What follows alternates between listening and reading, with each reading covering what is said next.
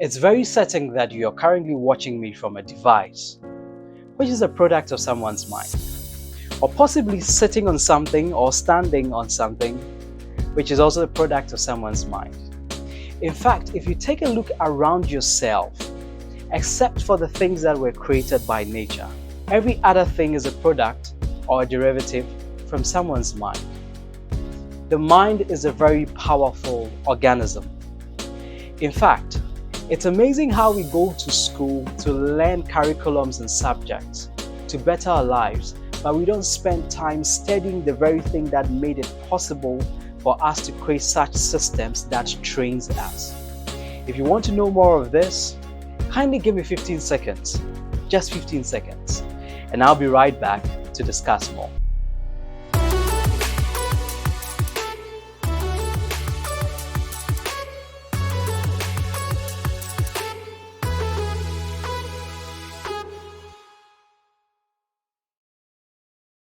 Welcome back. This is Dale Quest, your MindSurgeon. Kindly subscribe to this channel and share with your family and friends. Thank you very much. So we're talking about the mind.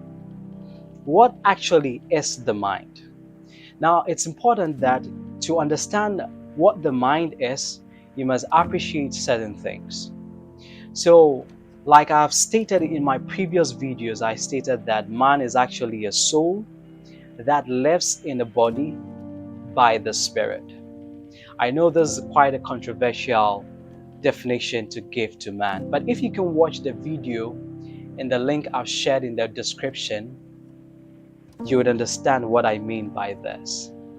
So let me go straight to the point, explaining what the mind is by first explaining shortly what the soul, where the mind is found, is.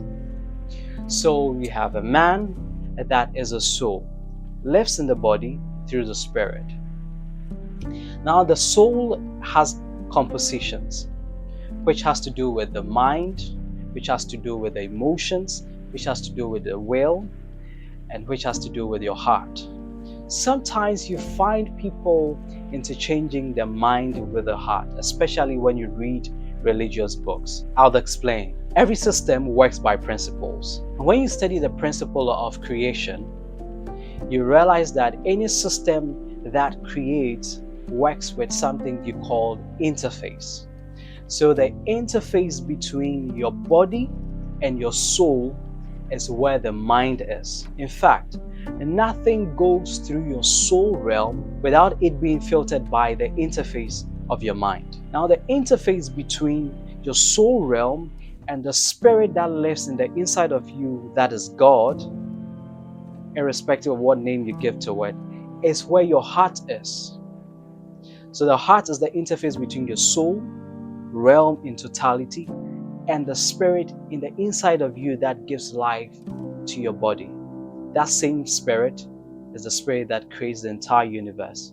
That same spirit, beyond it is nothing, and that same spirit is what lives in the inside of you.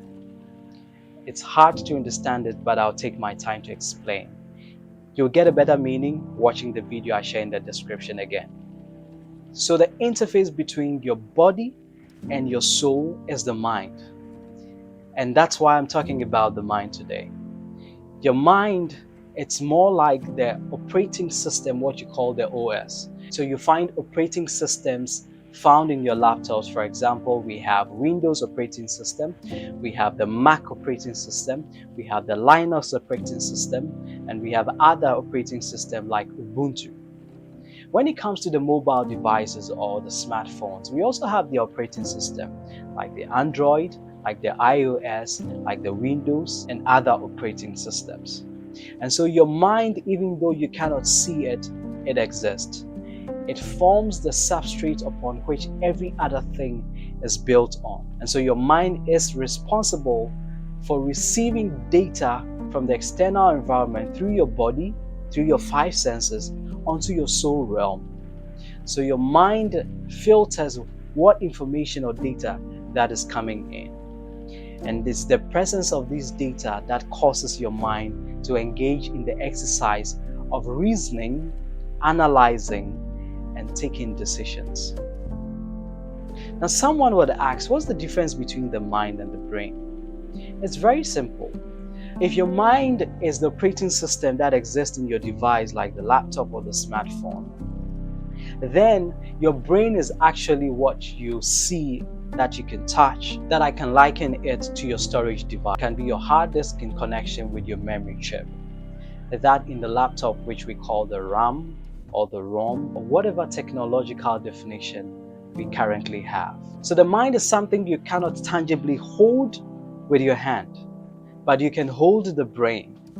And the brain is a complex physical organ that enables us to perform certain coordinative exercises that causes the body to function well. But when it comes to the mind, it's that part where you don't really see, but it's the real you that stores up information, puts them together to cause you to take certain decisions. And it works closely with your brain. So your brain is the physical part, your mind is the not physical part that works together to help you live your lives tangibly in this earthly realm. The mind is a powerful organism. I use the word organism because your mind grows. Your mind grows because it feeds on data from the external environment through your five senses, that's the body, or from the internal environment through the heart realm, coming from the spirit, that is the God in the inside of you. And so if the spirit that gives you life wants to send you a message to your soul realm, it goes through the interface of the heart. And when your soul has to receive an information from the external environment coming from your body, it goes through your mind. I hope you understand. And so the mind as an organism grows by feeding on these content or data or information coming from the inner environment or the outer environment. And when you study the mind carefully, you would appreciate how it works, because the mind has a system on its own and obeys certain principles, which I'm going to share in later and subsequent videos.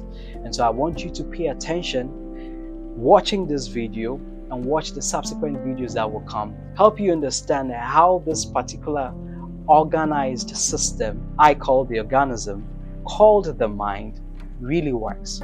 In fact, if you understand how the mind works, you are placed ahead of other people, because when you grasp the principles and the systemic ways of how the mind works, you are able to take better decisions. You are able to appreciate certain details about life. It helps you in your learning processes. It even helps you to appreciate very little things that a lot of people will naturally not pay attention to. And these are the things that you need as a human being to equip your life and help you stand out in this very earthly realm that you're living. So in the next episode, I'll talk deeply about how the mind works. I'm Dale Quest, your MindSurgeon. If you like this kind of content, kindly subscribe to my YouTube channel and comment asking questions or giving me suggestions on topics that you want me to treat. Kindly stay for more. I'll be right back in subsequent episodes as I treat the topic concerning the mind. Take care, and I'm out.